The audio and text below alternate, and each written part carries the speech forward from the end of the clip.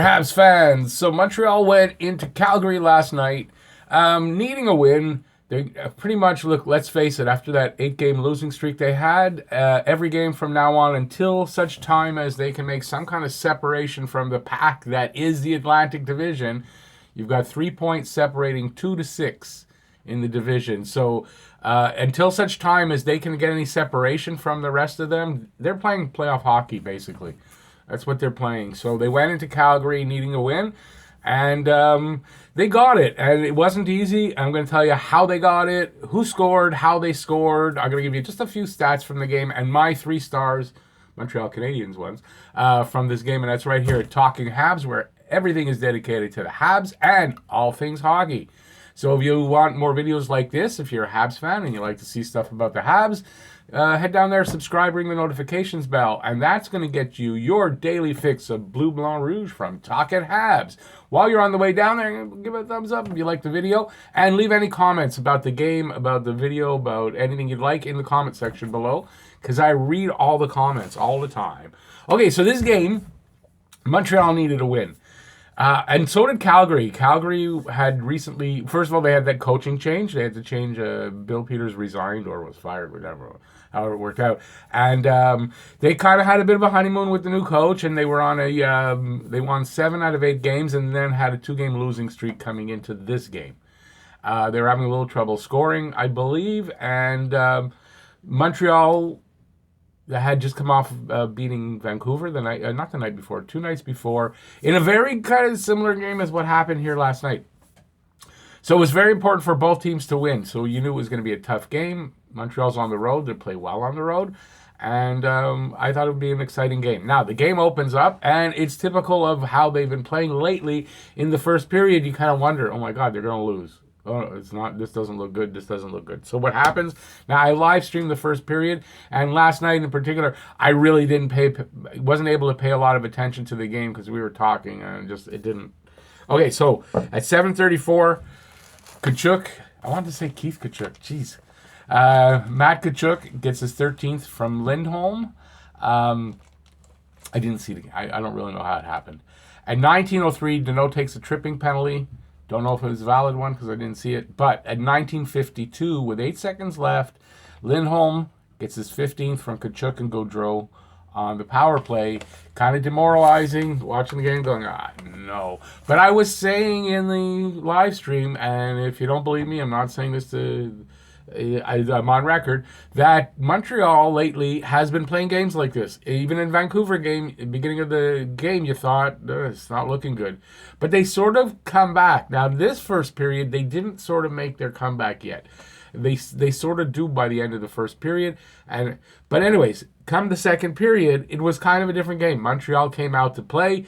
They were looking to tie it up, to get their goals, and to keep Calgary off the score sheet, and quite frankly, they did a good job. I forgot, first period, 14 shots for Montreal, 10 for Vancouver. Vancouver had 1 power play goal, no other power plays. Okay, second period, Montreal, you can see, is starting to come back. They're starting to play better. Everybody's starting to click. Even the passing's a little better. They just look better. 9:46, Galley takes a very bad angle shot that gets through. In between the post and Riddick's skate. He didn't get his skate and pad all the way over to the post, and it found its way through there. So Galley gets his 15th and team-leading 15th goal, on pace now for 35 goals.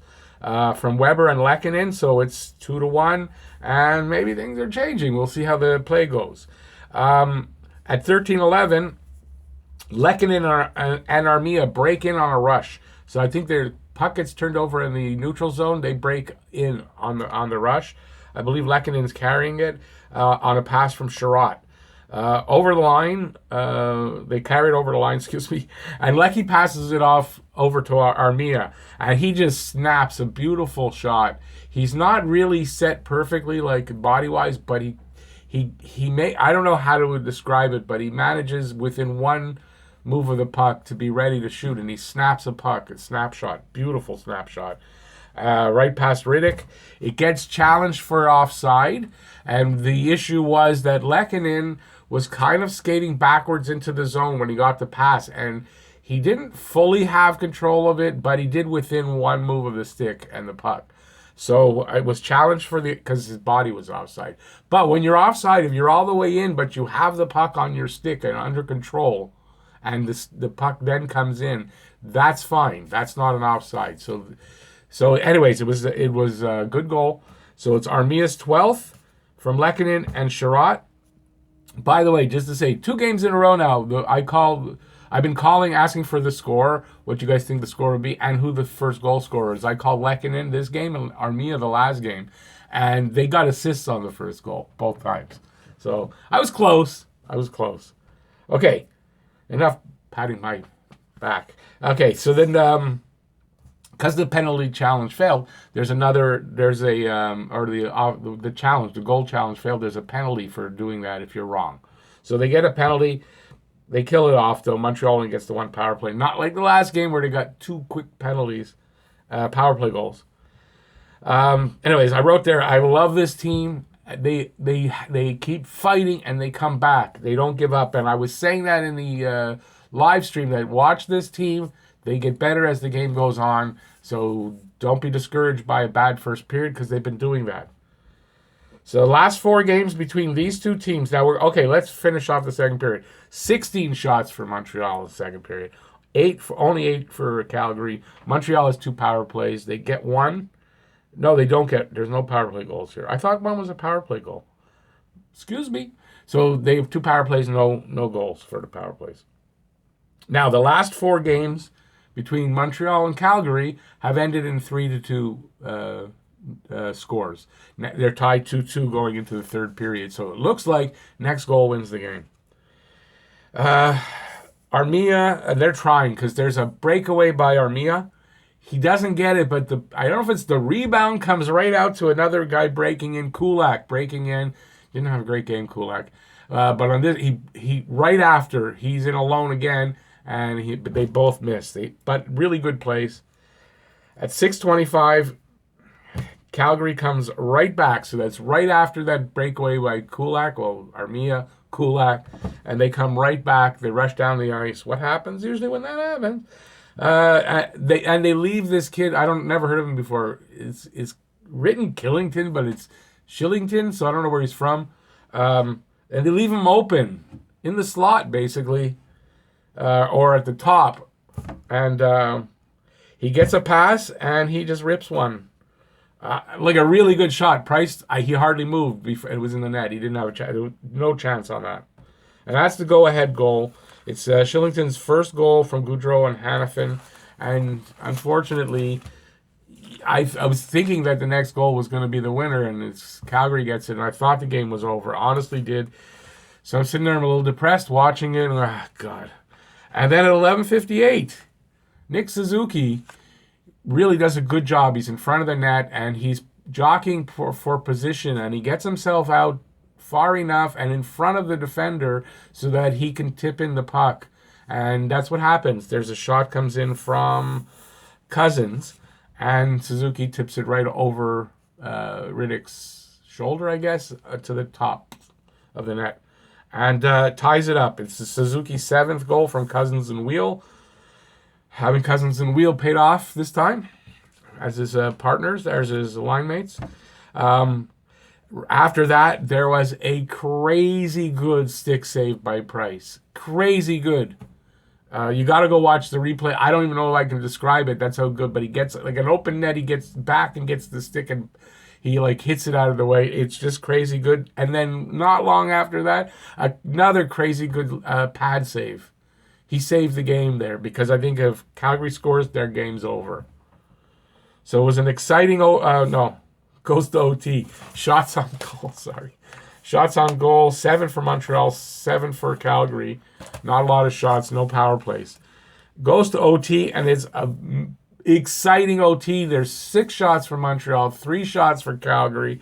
They're good shots. Goalies are good.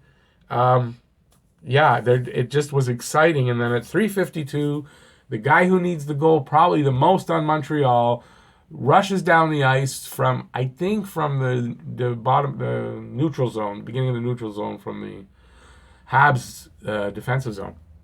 He rushes all the way down, crosses the line, not that far over the line. He just slaps it, burns a shot right past Riddick. There's the game winner. Domi unassisted for his 7th goal, a goal he needed. Hopefully it'll give him a boost and he'll get going. Montreal wins 4-3. 43 shots on goal for Montreal takes 43 shots, 27 for Calgary. Montreal was only 48% in the faceoff circle. They had 2 power plays. They did not score, and Calgary was 1 for 1 on the power play. My 3 stars of the game, 3rd star for that deflection goal, Nick Suzuki. He was pretty good all night, making nice moves and all that, and it paid off finally in the end. He got a goal. Max Domi, number 2, for that beautiful overtime goal. Plus, he had a pretty good game. When Max Domi skates and his feet are moving, going over that line, things happen. And for me, 1st star, Carey Price. Now, I know he gave up 3 goals, 24 shots. He saved 24 on 27 shots. Not greatest numbers to be a 1st star, but he made, I'm going to say, 5 or 6 saves in this game that were from great to unbelievable. For those saves, he gets 1st star because any of those goals go in, and it's a different game. And it was when it was counted, like under pressure, not just that, not an exciting time. Under pressure, he made awesome saves all night. And, that's why he gets the 1st star. So it was a great character game by Montreal and a great team bonding kind of game. This is the kind of game where it shows the character you got, and it's great for a team feeling and morale and all that. This was just a great game for Montreal. Sets them up beautifully for the game in Edmonton against Draisaitl and McDavid, which is Saturday at 7 o'clock. It's a regular time. I imagine they're the early game for the West Coast for CBC. That's probably why. So Montreal is now 17, 12, and 6, and sit down. If you haven't heard this yet, you got to sit down when you hear this. They're 2nd in the Atlantic. Yes, they're 2nd. Buffalo lost. Whoever else behind. Tampa lost. Toronto plays tonight, and Florida plays tonight. And Montreal is now holding 2nd place in the Atlantic Division. So this is what I mean by they have a chance here. They can make a separation of these. If they can do that, they can stop playing playoff hockey. But till then, they're playing playoff hockey because in the Atlantic Division, it's such a tight race. 3 points separating 2nd to 6th. So, okay, next game is Saturday in Edmonton at 7 o'clock. I'll be on the air at 6:30. Hope you'll be there. We'll do like every game right through the 1st period. On Saturdays, though, I go a half hour earlier so we have time to talk. And I think that's it. Till then, check out these 2 videos I'm going to put up here. Thanks for watching. If you like what you see, subscribe, ring the notifications bell. I'm going to get you your daily fix of Bleu Blanc Rouge from me at Talking Habs. Go Habs, go! Bye, y'all.